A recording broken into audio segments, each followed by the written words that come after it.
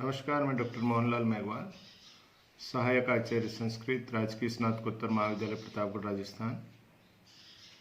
द्वितीय वर्ष संस्कृत साहित्य के प्रथम प्रश्न पत्र के अंतर्गत निर्धारित अभिज्ञान शाकुंतलम नाटक के द्वितीय अंक के गद्य भाग और महत्वपूर्ण श्लोकों का हम अध्ययन कर रहे हैं। द्वितीय अंक में बताया गया है कि किस तरह से राजा शकुंतला के प्रति आसक्त है और वह विदूषक को इसके बारे में बताते हैं। राजा ये कहते हैं कि आश्रम में कुछ तपस्वी मुझे पहचानने लगे हैं और अब हम किस बहाने से पुनः आश्रम प्रदेश में प्रवेश करें। तब विदूषक कहते हैं कि आपके लिए बहाने की क्या आवश्यकता है, आप कर रूप में निवार धान्य का छठा भाग प्राप्त करने के लिए, वह मांगने के लिए आश्रम में प्रवेश कर सकते हैं। तब राजा कहते हैं कि हम तपस्वियों के साथ में ऐसा नहीं कर सकते हैं, क्योंकि जो ब्राह्मण आदि अन्य वर्णों से जो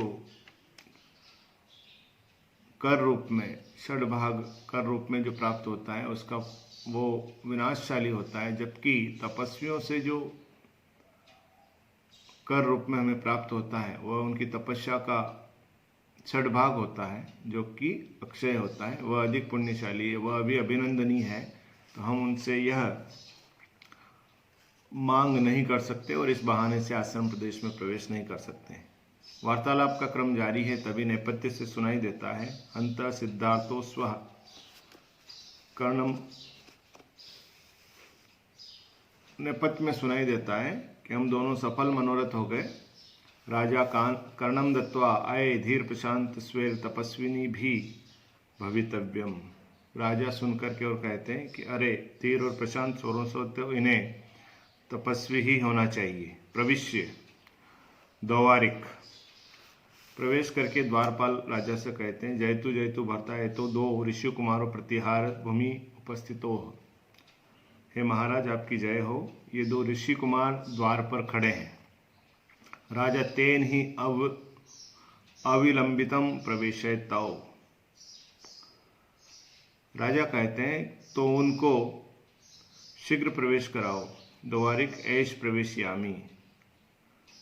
द्वारिक द्वारपाल, यह प्रवेश करवाता हूँ, अभी प्रवेश कराता हूँ। इति निष्क्रम्य पुनः ऋषि कुमाराभ्याम सह प्रविश्य इता एतो भवंतो। यह कहकर निकलकर पुनः ऋषि कुमारों के साथ प्रवेश करके और उन ऋषि कुमारों से कहते हैं, आप इधर आइए, इधर से आइए। उभो राजानम विलोक्यतः, दोनों राजा को देखते हैं। प्रथम अहो दीप्तिमतो अपि विश्वसनीयता अस्य वपुषः अथवा उपपन्नम एतदस्मिन् ऋषिभ्यो न अति भिन्ने राजनी कुतः। प्रथम जो ऋषि कुमार है वो कहते हैं, अहो आश्चर्य व्यक्त करते हैं, दीप्तिमतो अपि विश्वसनीयता अस्य वपुषः, तेजस्वी भी इस राजा का शरीर विश्वसनीय है, अथवा उपपन्नम एतस्मिन् ऋषिभ्यो न अति भिन्न राजनी कुतः, अथवा ऋषियों के तुल्य इस राजा के विषय में यह कथन सर्वथा उचित ही है। क्या? क्योंकि अध्याक्रांता वसति अमुनापि आश्रमे सर्वभोग्ये रक्षा योगाद अयमपि तपः प्रत्यहम संचिनोति अस्यापि ध्याम स्पर्शति वशिना चारण द्वंद्व गीतः पुण्य शब्दो मुनीति मुहु केवलम राजपूर्वः। तपस्वी कुमार कहते हैं, ऋषि कुमार कहते हैं कि ऋषियों के तुल्य इस राजा के विषय में यह कथन सर्वथा उचित ही है। क्या उचित है? आगे बताया गया है कि अध्याक्रांता वसति अमुनापि आश्रमे सर्वभोग्ये रक्षा योगाद अयमपि तपः प्रत्याम संचिनोति। राजा कहते हैं, ऋषि कुमार कहते हैं कि अमुनापि आश्रमे, अमुनापि सर्वभोग्ये आश्रमे,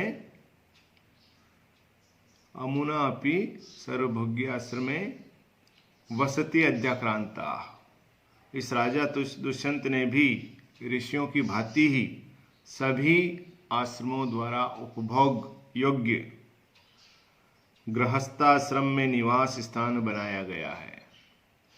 अमुना अपि सर्वभोग्य आश्रमे वसति अद्याक्रांता। इस राजा दुष्यंत ने भी सभी आश्रमों की जो धुरी है, गृहस्थाश्रम को सभी आश्रमों को धुरी कहा गया है क्योंकि सभी का पोषण गृहस्थाश्रम से ही होता है। तो सभी के भोगने योग्य, सभी के द्वारा उपभोग योग्य आश्रम गृहस्थाश्रम में इन्होंने निवास बनाया है। अयमपि रक्षा योगाद प्रत्यहम तपः संचिनोति। और यह राजा दुष्यंत प्रजा के संरक्षण रूपी योग से यह भी प्रतिदिन तप का संचय करता है। जिस तरह से तपस्वी प्रतिदिन तप करके अपने तप का संचय करते हैं, उसी तरह से यह भी जो है अपनी प्रजा का पालन पोषण करते हैं, रक्षा करते हैं। तो इस रक्षा योग के द्वारा यह भी अपने तप का प्रतिदिन संचय करता है।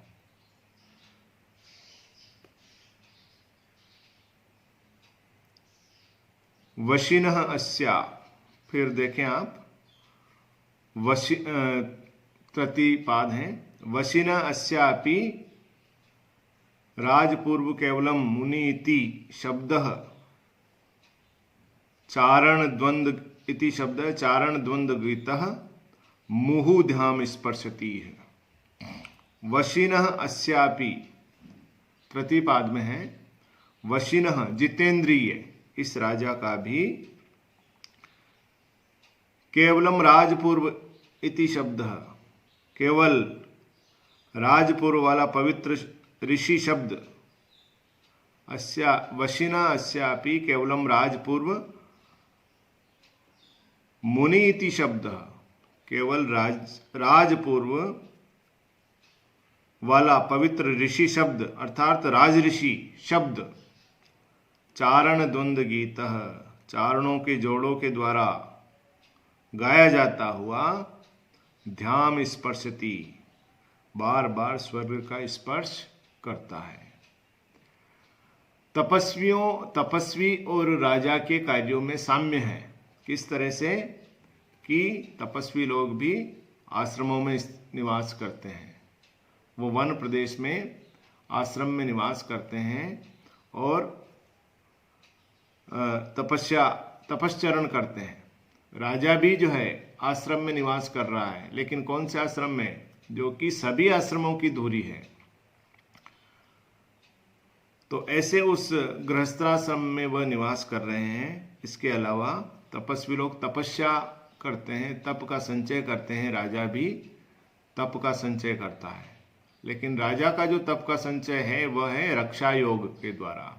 वह अपनी प्रजा का रक्षा योग के द्वारा निरंतर पालन पोषण करते हैं। तो इस तरह से वह प्रजा का पालन करना भी एक तरह से तप के समान है। तो वह इस तरह से अपनी तपस्या का संचय करते हैं।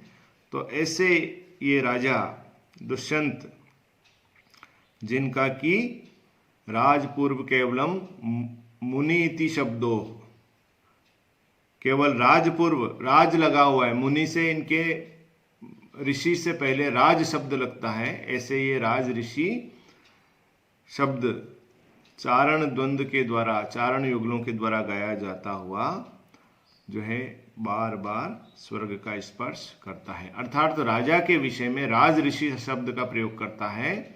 तो ये ऋषि तो है ही, ये ऋषि के समान ही इनका आचरण है, सिर्फ इनके नाम से पहले राज शब्द लगता है।